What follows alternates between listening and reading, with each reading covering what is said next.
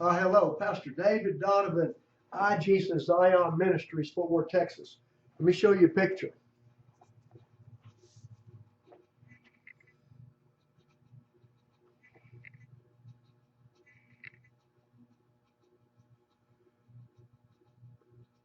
This is a picture from CBS News.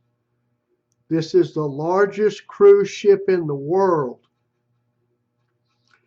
that's going to take its maiden voyage on January the 27th out of Port Miami.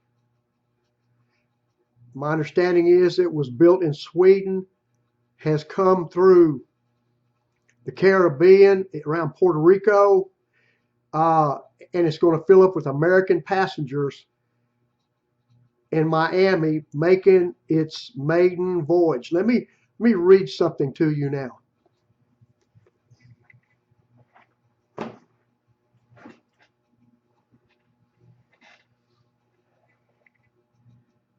One week after 9/11, I dreamed I saw a ship.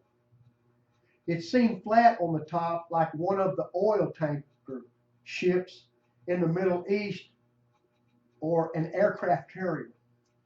As I watched this ship, it broadsided a cruise ship, cutting right through and disappeared into it, and it exploded like a nuke. On 9/11, 3,000 people died in the Twin Towers. This new ship, the Icon of the Seas, and the word icon is very important. The largest in the world, hosts 10,000 passengers. With the ship is the ship's capacity. The Titanic had 3,320 passengers. Icon of the Seas is a cruise ship built by Royal Caribbean International and will be the lead ship of Icon class. She is scheduled to enter service on the 27th of January 2024 out of Port Miami in the U.S. At 248,663 gross tonnage, Icon of the Seas is the largest cruise ship in the world. Here are some things said about the Titanic before it departed on its first and final voyage. There was peace, and the world had an even tenor to its way. Nothing was revealed in the morning, the trend of which was not known the night before.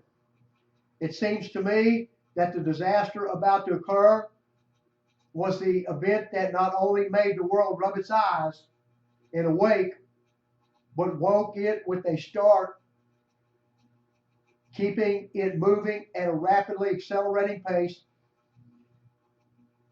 ever since, with less and less peace, satisfaction, and happiness. To my mind, the world of today awoke April 15th, 1912. That was one of the Titanic survivors. Now listen to the captain who died and perished in it, what he said before he went on the cruise. When anyone asks how can I best describe my experience in nearly 40 years of at sea, I merely say uneventful. Of course, there have been winter gales and storms and fog and the like, but in all my experience, I have never been in an accident of any sort worth speaking about. I never saw a wreck and never have been wrecked, or was I ever in any predicament that threatened to end in disaster of any sort. You see, I am not very good material for a story today. That was the last words of the captain before he got on the ship to the reporter. Everything's hunky-dory. Captain Smith, commander of the Titanic. Here's something else that was said. I cannot imagine any condition which would cause a ship to founder. I cannot conceive of any vital disaster happening to this vessel. Modern shipbuilding has gone beyond that. the captain of the Titanic. Now let me get back to this ship, icon of the seas. This ship, with the war in the Middle East and the hatred of America by Islamic terrorists, and the fact that ships are targets of the terrorists who are against Israel, is a death wish for anyone stupid enough to go on its maiden voyage, leaving Port of Miami full of Americans. Date of departure of maiden voyage, 1/27/24. Out of Miami, Port of Miami. The ship, a crew of 2,000, so 10,000.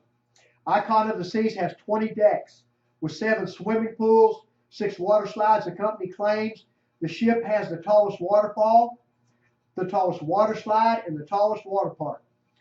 The ship was designed by a team of architects and designers, including Wilson Butler Architects, Skylab Architecture, New Concepts, Aquadome, a diving and performance venue under glass dome on the top of the ship, the Pearl of Structural Design as dynamic art installation of the Royal Promenade, Absolute Zero ice skating ring and entertainment venue, Surfside Family Neighborhood, the Hideaway Beach Club featuring first suspended infinity pool of any ship, Thrill Island, the largest water park at sea featuring 6 different water slides, Swim and Tonic, largest swim up bar at sea. Why did the ship in my dream blow like a nuke? A week after 9/11. Could this be the answer? Icon is also the cruise line's first ship that is powered by liquefied natural gas. I'm making this video. God forbid that thing would blow up, but God, His ways are higher than ours. Like 9/11. Nobody in their right mind wanted 9/11. When Jerusalem was destroyed by Nebuchadnezzar, nobody wanted that in Jerusalem. But God has His ways. And as I've been looking at the videos on this thing, all the major news networks speaking on it, they keep bringing up the Titanic. That's what caught my ear. Bragging about this ship, how wonderful it was. Now, David, why do you think that this might be it? It might be this ship, what you saw. Well, I can tell you, on the weekend that Columbia blew up, 03 on a Saturday morning, the night before, a whole bunch of stuff was coming together out of my prayer journals, and they were converging on that weekend, events and things, people, places, and things. And I told the guys at the church, man, hang tight tomorrow. There's something going down tomorrow. And sure enough, the Columbia exploded the next morning.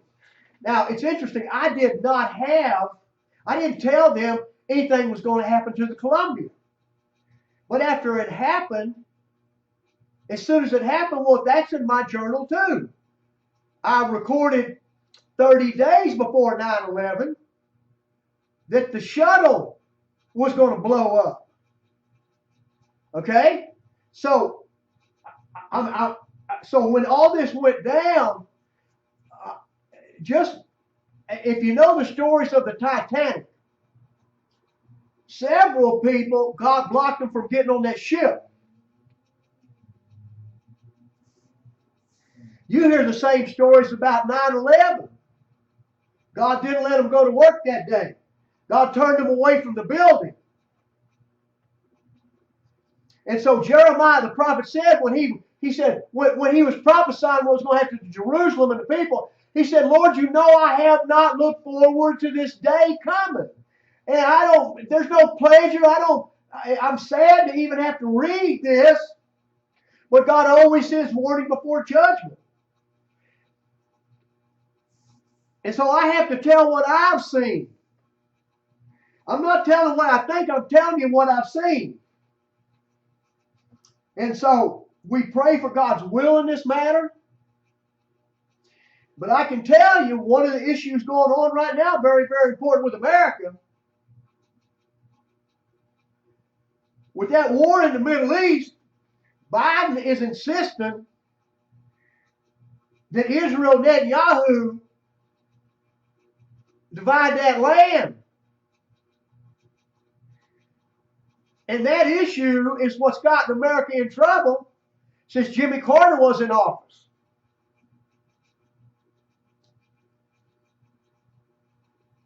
Every time America touches Israel with a peace deal, something happens to this nation. God warned it.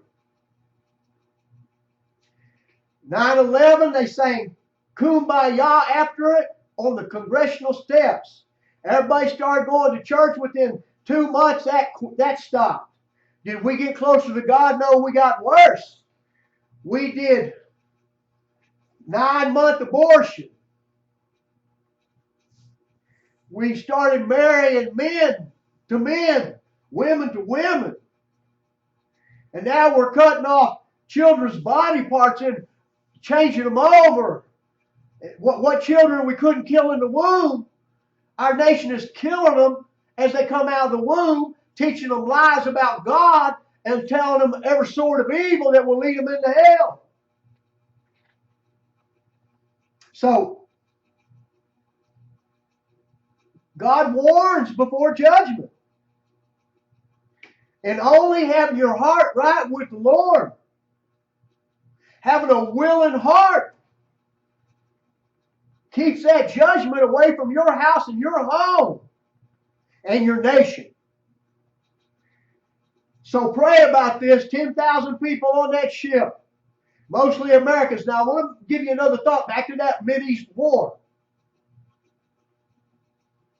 In the Mideast, that's what they do. That's what the United States has been fighting for right now over there with their missiles and them ships.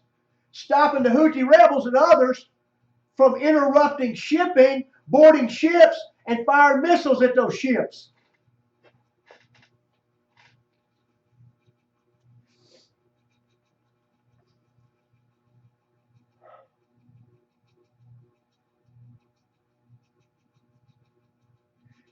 If 2,500 of the people on that ship are crew, if just one is a terrorist, 2,500 is an army. But if just one is a terrorist, that's too many on that ship with 10,000 people pulling out of the port of Miami.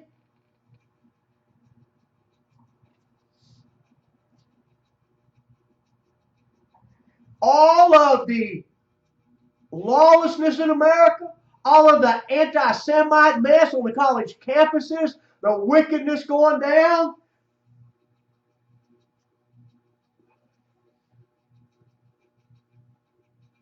Pray about this matter. Jesus is Lord.